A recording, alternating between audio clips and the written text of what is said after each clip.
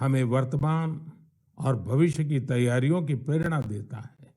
2022 में देश के लोगों का सामर्थ्य, उनका सहयोग, उनका उनकी सफलता का विस्तार इतना ज्यादा रहा कि मन की बात में सभी को समेटना मुश्किल होगा।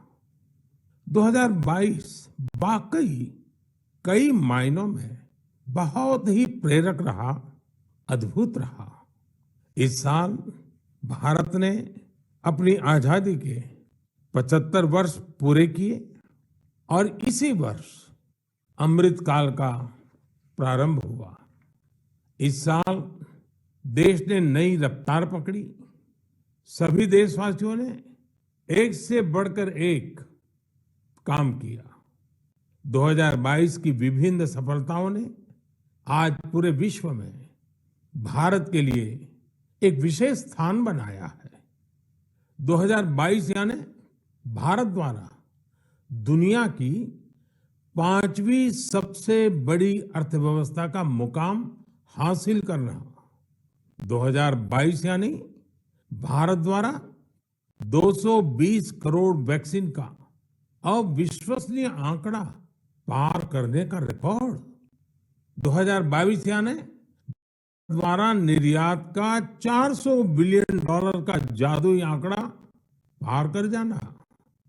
2022 यानी देश के जन जन द्वारा आत्मनिर्भर भारत के संकल्प को अपनाना, जीकर दिखाना।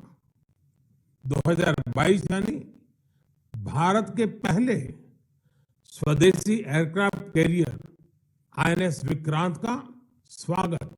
2022 यानी स्पेस, ड्रोन और डिफेंस सेक्टर में भारत का परचम। 2022 यानी हर क्षेत्र में भारत का दमखम। खेल के मैदान में भी, चाहे कॉमनवेल्थ गेम्स हो या हमारी महिला हॉकी टीम की जीत, हमारे युवाओं ने जबरदस्त सामर्थ्य दिखाया। साथियों, इन सब के साथ ही साल 2022 एक और कारण से हमेशा याद किया जाएगा। ये है एक भारत श्रेष्ठ भारत की भावना का विस्तार। देश के लोगों ने एकता और एकजुटता को सेलिब्रेट करने के लिए भी कई अद्भुत आयोजन किए। गुजरात के माधवपुर मेला हो, जहां रुक्मिणी विवाह और भगवान कृष्ण के पूर्वोत्तर से संबंधों को सेलिब्रेट किया जाता है, या फिर काशी तमिल संगमम हो, इन पर्वों में भी एकता के कई रंग दिखे। 2022 में देशवासियों ने एक और अमर इतिहास लिखा है। अगस्त के महीने में चला हर घर तिरंगा अभियान, भला कौन भूल सकता है। वो पल थे, हर देशवासी के रोंगटे खड़े हो जाते थे। आजादी के 75 वर्ष के इस अभियान में पूरा देश तिरंगामय हो गया। 6 करोड़ से ज्यादा लोगों ने तो तिरंगे के साथ सेल्फी भी भेजी। आजादी का ये अमृत महोत्सव अभी अगले साल भी ऐसे ही चलेगा, अमृत काल की नींव को और मजबूत करेगा। साथियों, इस साल भारत को G20 समूह की अध्यक्षता की जिम्मेदारी भी मिली है। मैंने पिछली बार इस पर विस्तार से चर्चा भी की थी। साल 2023 में हमें G20 के उत्साह को नई ऊंचाई पर लेकर जाना है। इस आयोजन को एक जन आंदोलन बनाना है। मेरे प्यारे देशवासियों, आज दुनिया भर में धूमधाम से क्रिसमस का त्योहार भी मनाया जा रहा है। ये जीसस क्राइस्ट के जीवन, उनकी शिक्षाओं को याद करने का दिन है। मैं आप सभी को क्रिसमस की ढेर सारी शुभकामनाएं देता हूं। साथियों, आज हम सभी के श्रद्धेय अटल बिहारी वाजपेयी जी का जन्मदिन भी है। वे एक महान राजनेता थे, जिन्होंने देश को असाधारण नेतृत्व दिया। हर भारतवासी के हृदय में उनके लिए एक खास स्थान है। मुझे कोलकाता से आस्था जी का एक पत्र मिला है। इस पत्र में उन्होंने हाल की अपनी दिल्ली यात्रा का जिक्र किया है। वे लिखती हैं कि इस दौरान उन्होंने पीएम म्यूजियम देखने के लिए समय निकाला। इस म्यूजियम में उन्हें अटल जी की गैलरी खूब पसंद आई। अटल जी के साथ वहां खींची गई तस्वीर तो उनके लिए यादगार बन गई है। अटल जी की गैलरी में हम देश के लिए उनके बहुमूल्य योगदान की झलक देख सकते हैं। इंफ्रास्ट्रक्चर हो, शिक्षा या फिर विदेश नीति, उन्होंने भारत को हर क्षेत्र में नई ऊंचाइयों पर ले जाने का काम किया। मैं एक बार फिर अटल जी को हृदय से नमन करता हूं। साथियों, कल 26 दिसंबर को वीर बाल दिवस है और मुझे इस अवसर पर दिल्ली में साहिबजादा जोरावर सिंह जी और साहिबजादा फतेह सिंह जी की शहादत को समर्पित एक कार्यक्रम में शामिल होने का सौभाग्य मिलेगा। देश साहिबजादे और माता गुजरी के बलिदान को हमेशा याद रखेगा। मेरे प्यारे देशवासियों, हमारे यहाँ कहा जाता है, सत्यम किम प्रमाणम, प्रत्यक्षम किम प्रमाणम। यानी सत्य को प्रमाण की आवश्यकता नहीं होती, जो प्रत्यक्ष है उसे भी प्रमाण की आवश्यकता नहीं होती। लेकिन बात जब आधुनिक मेडिकल साइंस की हो तो उसमें सबसे महत्वपूर्ण होता है प्रमाण, एविडेंस। सदियों से भारतीय जीवन का हिस्सा रहे योग और आयुर्वेद जैसे हमारे शास्त्रों के सामने एविडेंस बेस्ड रिसर्च की कमी हमेशा हमेशा एक चुनौती रही है। परिणाम दिखते हैं लेकिन प्रमाण नहीं होते हैं। लेकिन मुझे खुशी है कि एविडेंस बेस्ड मेडिसिन के युग में अब योग और आयुर्वेद आधुनिक युग की जांच और कसौटियों पर भी खरे उतर रहे हैं। आप सभी ने मुंबई के टाटा मेमोरियल सेंटर के बारे में जरूर सुना होगा। इस संस्थान ने रिसर्च, इनोवेशन और कैंसर केयर में बहुत नाम कमाया है। इस सेंटर द्वारा की गई एक इंटेंसिव रिसर्च में सामने आया है कि ब्रेस्ट कैंसर के मरीजों के लिए योग बहुत ज्यादा असरकारी है। टाटा मेमोरियल सेंटर ने अपनी रिसर्च के नतीजों को अमेरिका में हुई बहुत ही प्रतिष्ठित ब्रेस्ट कैंसर कॉन्फ्रेंस में प्रस्तुत किया है। इन नतीजों ने दुनिया के बड़े बड़े एक्सपर्ट्स का ध्यान अपनी तरफ खींचा है, क्योंकि टाटा मेमोरियल सेंटर ने एविडेंस के साथ बताया है कि कैसे मरीजों को योग से लाभ हुआ है। इस सेंटर की रिसर्च के मुताबिक योग के नियमित अभ्यास से ब्रेस्ट कैंसर के मरीजों की बीमारी के फिर से उभरने और मृत्यु के खतरे में 15% तक की कमी आई है। भारतीय पारंपरिक चिकित्सा में यह पहला उदाहरण है जिसे पश्चिमी तौर तरीकों वाले कड़े मानकों पर परखा गया है। साथ ही यह पहली स्टडी है जिसमें ब्रेस्ट कैंसर से प्रभावित महिलाओं में योग से क्वालिटी ऑफ लाइफ के बेहतर होने का पता चला है। इसके लॉन्ग टर्म बेनिफिट्स भी सामने आए हैं। टाटा मेमोरियल सेंटर ने अपनी स्टडी के नतीजों को पेरिस में हुए European society of medical oncology में उस सम्मेलन में प्रस्तुत किया है। साथियों, आज के युग में भारतीय चिकित्सा पद्धतियां जितनी ज्यादा एविडेंस बेस्ड होगी उतनी ही पूरे विश्व में उनकी स्वीकार्यता बढ़ेगी। इसी सोच के साथ दिल्ली के एम्स में भी एक प्रयास किया जा रहा है। यह हमारी पारंपरिक चिकित्सा पद्धतियों को वैलिडेट करने के लिए 6 साल पहले centre for integrative medicine and research की स्थापना की गई। इसमें लेटेस्ट मॉडर्न टेक्निक्स और रिसर्च मेथड्स का उपयोग किया जाता है। यह सेंटर पहले ही प्रतिष्ठित अंतर्राष्ट्रीय जर्नल्स में 20 पेपर प्रकाशित कर चुका है। अमेरिकन कॉलेज ऑफ कार्डियोलॉजी के जर्नल में प्रकाशित एक पेपर में सिंकपी से पीड़ित मरीजों को योग से होने वाले लाभ के बारे में बताया गया है। इसी प्रकार न्यूरोलॉजी जर्नल के पेपर में माइग्रेन में योग के फायदों के बारे में बताया गया है।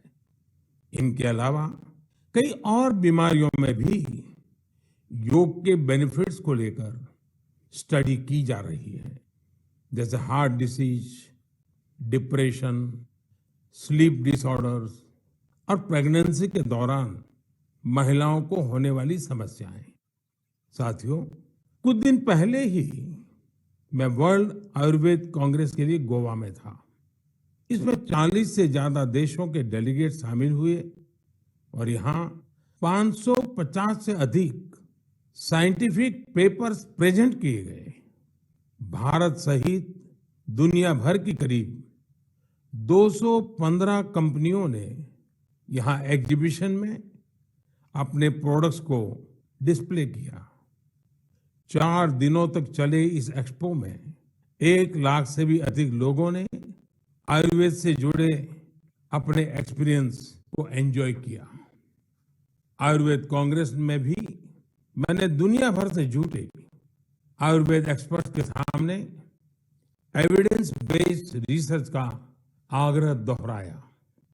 जिस तरह कोरोना वैश्विक महामारी के इस समय में योग और आयुर्वेद की शक्ति को हम सभी देख रहे हैं, उसमें इनसे जुड़ी एविडेंस बेस्ड रिसर्च बहुत ही महत्वपूर्ण साबित होगी।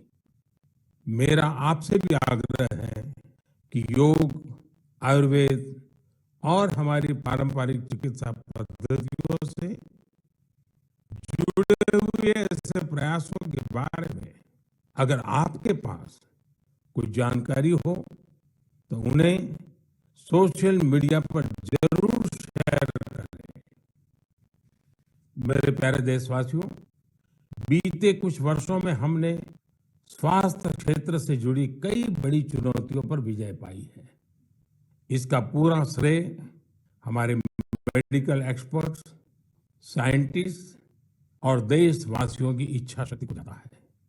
हमने भारत से स्मॉल पॉक्स, पोलियो और गिनी वॉर्म जैसी बीमारियों को समाप्त करके दिखाया है। आज मन की बात के श्रोताओं को मैं एक और चुनौती के बारे में बताना चाहता हूं, जो अब समाप्त होने की कगार पर है। ये चुनौती है, ये बीमारी है कालाजार।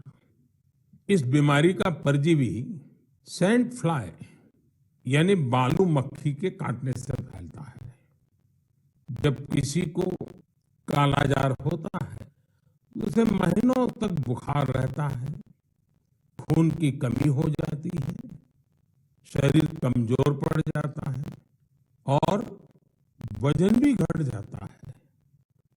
यह बीमारी बच्चों से लेकर बड़ों तक किसी को भी हो सकती है, लेकिन सबका प्रयास से कालाजार नाम की ये बीमारी अब तेजी से समाप्त होती जा रही है।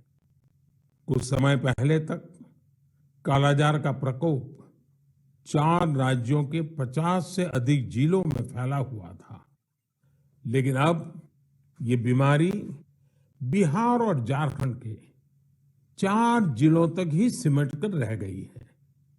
मुझे विश्वास है बिहार, झारखंड के लोगों का सामर्थ्य, उनकी जागरूकता इन 4 जिलों से भी कालाजार को समाप्त करने में सरकार के प्रयासों को मदद करेगी। कालाजार प्रभावित क्षेत्रों के लोगों से भी मेरा आग्रह है कि वो दो बातों का जरूर ध्यान रखें। एक है सैंड फ्लाई या बालू मक्खी पर नियंत्रण, और दूसरा जल्द से जल्द इस रोग की पहचान और पूरा इलाज। कालाजार का इलाज आसान है। इसके लिए काम आने वाली दवाएं भी बहुत कारगर होती हैं। बस आपको सतर्क रहना है। बुखार हो तो लापरवाही ना बरतें और बालू मक्खी को खत्म करने वाली दवाइयों का छिड़काव भी करते रहें। जरा सोचिए, हमारा देश जब कालाजार से भी मुक्त हो जाएगा तो ये हम सभी के लिए कितनी खुशी की बात होगी। सबका प्रयास की इसी भावना से हम भारत को 2025 तक टीबी मुक्त करने के लिए भी काम कर रहे हैं। आपने देखा होगा, बीते दिनों जब टीबी मुक्त भारत अभियान शुरू हुआ तो हजारों लोग टीबी मरीजों की मदद के लिए आगे आए। ये लोग निक्षय मित्र बनकर टीबी के मरीजों की देखभाल कर रहे हैं, उनकी आर्थिक मदद कर रहे हैं। जन सेवा और जन भागीदारी की यही शक्ति हर मुश्किल लक्ष्य को प्राप्त करके ही दिखाती है। मेरे प्यारे देशवासियों, हमारी परंपरा और संस्कृति का मां गंगा से अटूट नाता है। गंगा जल हमारी जीवन धारा का अभिन्न हिस्सा रहा है और हमारे शास्त्रों में भी कहा गया है, नमामि गंगे तव पाद पंकजम सुर असुरई वंदित दिव्य रूपम भुक्तिम च मुक्तिम च ददासि नित्यम भाव अनुसारेण सदा नराणाम। अर्थात, हे मां गंगा, आप अपने भक्तों को उनके भाव के अनुरूप सांसारिक सुख, आनंद और मोक्ष प्रदान करती है। सभी आपके पवित्र चरणों का वंदन करते हैं। मैं भी आपके पवित्र चरणों में अपना प्रणाम अर्पित करता हूं। ऐसे में सदियों से कल कल बहती मां गंगा को स्वच्छ रखना हम सबकी बहुत बड़ी जिम्मेदारी है। इसी उद्देश्य के साथ 8 साल पहले हमने नमामि गंगे अभियान की शुरुआत की थी। हम सभी के लिए गौरव की बात है कि भारत की इस पहल को आज दुनिया भर की सराहना मिल रही है। यूनाइटेड नेशंस ने नमामि गंगे मिशन को इकोसिस्टम को रिस्टोर करने वाली दुनिया के टॉप 10 इनिशिएटिव में शामिल किया है। ये और भी खुशी की बात है कि पूरे विश्व के 160 ऐसे इनिशिएटिव्स में नमामि गंगे को यह सम्मान मिला है। साथियों, नमामि गंगे अभियान की सबसे बड़ी ऊर्जा लोगों की निरंतर सहभागिता है। नमामि गंगे अभियान में गंगा प्रहरियों और गंगा दूतों की भी बड़ी भूमिका है। वे पेड़ लगाने, घाटों की सफाई, गंगा आरती, नुक्कड़ नाटक, पेंटिंग और कविताओं के जरिए जागरूकता फैलाने में जुटे हैं। इस अभियान से बायोडायवर्सिटी में भी काफी सुधार देखा जा रहा है। हिल्सा मछली, गंगा डॉल्फिन और कछुओं की विभिन्न प्रजातियों की संख्या में काफी वृद्धि हुई है। गंगा का इकोसिस्टम क्लीन होने से आजीविका के अन्य अवसर भी बढ़ रहे हैं। यहाँ मैं जलज आजीविका मॉडल की चर्चा करना चाहूंगा, जो कि बायोडायवर्सिटी को ध्यान में रखकर तैयार किया गया है। इस टूरिज्म बेस्ड बोट सफारीज को 26 लोकेशंस पर लॉन्च किया गया है। जाहिर है, नमामि गंगे मिशन का विस्तार, उसका दायरा नदी की सफाई से कहीं ज्यादा बढ़ा है। ये जहां हमारी इच्छा शक्ति और अथक प्रयासों का एक प्रत्यक्ष प्रमाण है, वहीं ये पर्यावरण संरक्षण की दिशा में विश्व को भी एक नया रास्ता दिखाने वाला है। मेरे प्यारे देशवासियों, जब हमारी संकल्प शक्ति मजबूत हो तो बड़ी से बड़ी चुनौती भी आसान हो जाती है। इसकी मिसाल पेश की है सिक्किम के थेगू गांव के संगे शेरपा जी ने। ये पिछले 14 साल से 12,000 फीट से भी ज्यादा की ऊंचाई पर पर्यावरण संरक्षण के काम में जुटे हुए हैं। संगे जी ने सांस्कृतिक और पौराणिक महत्व का सोमगो लेक, उसे स्वच्छ रखने का बीड़ा उठा लिया है। अपने अथक प्रयासों से उन्होंने इस ग्लेशियर लेक का रंग रूप ही बदल डाला है। साल 2008 में संगे शेरपा जी ने जब स्वच्छता का यह अभियान शुरू किया था, तब उन्हें कई मुश्किलों का सामना करना पड़ा, लेकिन देखते ही देखते उनके इस नेक कार्यों में युवाओं और ग्रामीणों के साथ ही पंचायत का भी भरपूर सहयोग मिलने लगा।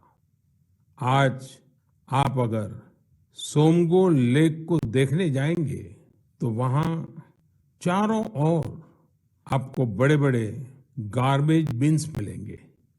अब यहाँ जमा हुए कूड़े कचरे को रिसाइकलिंग के लिए भेजा जाता है। यहाँ आने वाले पर्यटकों को कपड़े से बने गार्बेज बैग भी दिए जाते हैं, ताकि कूड़ा कचरा इधर उधर न फेंके। अब बेहद साफ सुथरी हो चुकी इस झील को देखने हर साल करीब 5 लाख पर्यटक यहाँ पहुंचते हैं। सोमगो लेक के संरक्षण के इस अनूठे प्रयास के लिए संगे शेरपा जी को कई संस्थाओं ने सम्मानित भी किया है। ऐसी ही कोशिशों के बदौलत आज सिक्किम की गिनती भारत के सबसे स्वच्छ राज्यों में होती है। मैं संगे शेरपा जी और उनके साथियों के साथ साथ देश भर में पर्यावरण संरक्षण के नेक प्रयास में जुटे लोगों की भी हृदय से प्रशंसा करता हूं। साथियों, मुझे खुशी है कि स्वच्छ भारत मिशन आज हर भारतीय के मन में रच बस चुका है।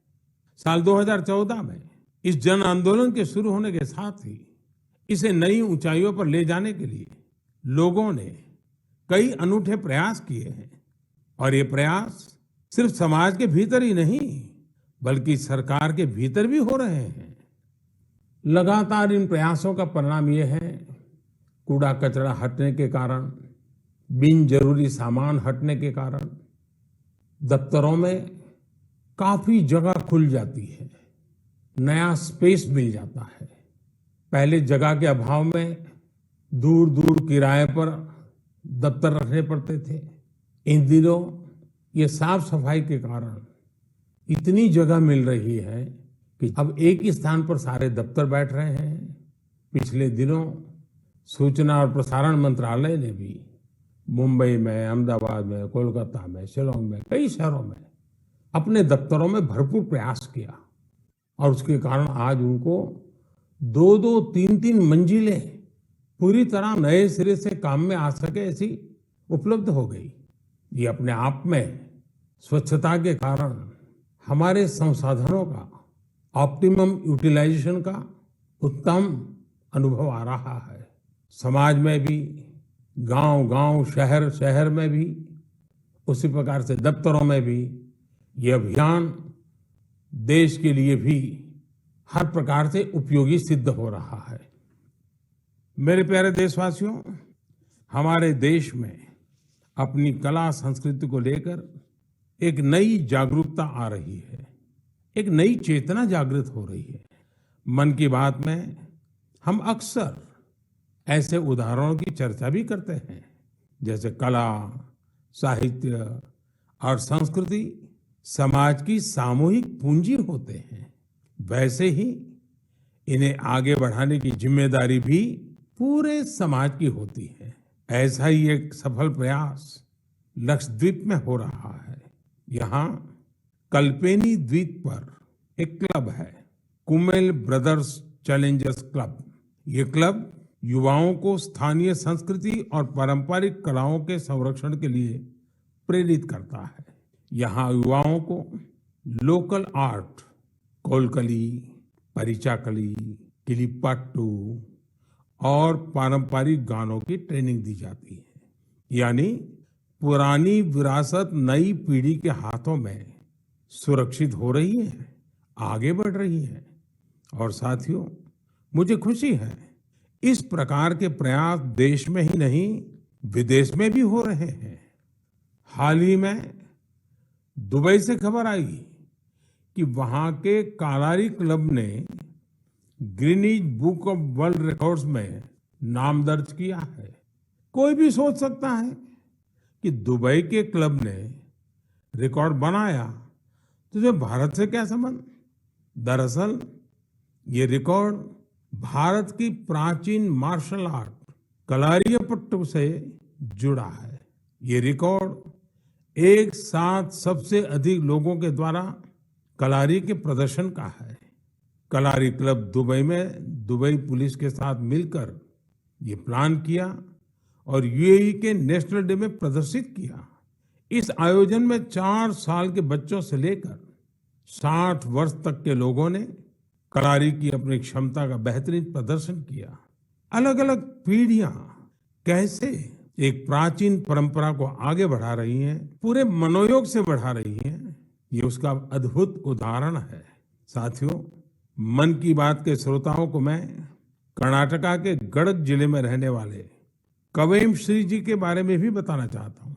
कवेम श्री दक्षिण में कर्नाटका की कला संस्कृति को पुनर्जीवित करने के मिशन में पिछले 25 वर्षों से अनवरत लगे हुए हैं। आप कल्पना कर सकते हैं कि उनकी तपस्या कितनी बड़ी है। पहले तो वो होटल मैनेजमेंट के प्रोफेशन से जुड़े थे, लेकिन अपनी संस्कृति और परंपरा को लेकर उनका लगाव इतना गहरा था कि उन्होंने इसे अपना मिशन बना लिया। उन्होंने कला चेतना के नाम से एक मंच बनाया।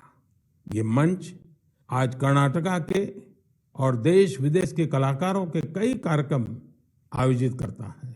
इसमें लोकल आर्ट और कल्चर को प्रमोट करने के लिए कई इनोवेटिव काम भी होते हैं।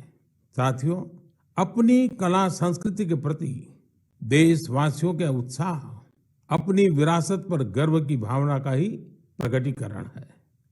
हमारे देश में तो हर कोने में ऐसे कितने ही रंग बिखरे हैं। हमें भी उन्हें सजाने, संवारने और संरक्षित करने के लिए निरंतर काम करना चाहिए। मेरे प्यारे देशवासियों, देश के अनेक क्षेत्रों में बांस से अनेक सुंदर और उपयोगी चीजें बनाई जाती हैं। विशेष रूप से आदिवासी क्षेत्रों में बांस के कुशल कारीगर कुशल कलाकार है। जब से देश ने बैम्बू से जुड़े अंग्रेजों के जमाने के कानूनों को बदला है, इसका एक बड़ा बाजार तैयार हो गया है। महाराष्ट्र के पालघर जैसे क्षेत्रों में भी आदिवासी समाज के लोग बैम्बू से कई खूबसूरत प्रोडक्ट्स बनाते हैं। बैम्बू से बनने वाले बॉक्सेस, कुर्सी, चायदानी, टोकरियां और ट्रे जैसी चीजें खूब लोकप्रिय हो रही है। यही नहीं, ये लोग बैम्बू घास से खूबसूरत कपड़े और सजावट की चीजें भी बनाते हैं। इससे आदिवासी महिलाओं को रोजगार भी मिल रहा है और उनके हुनर को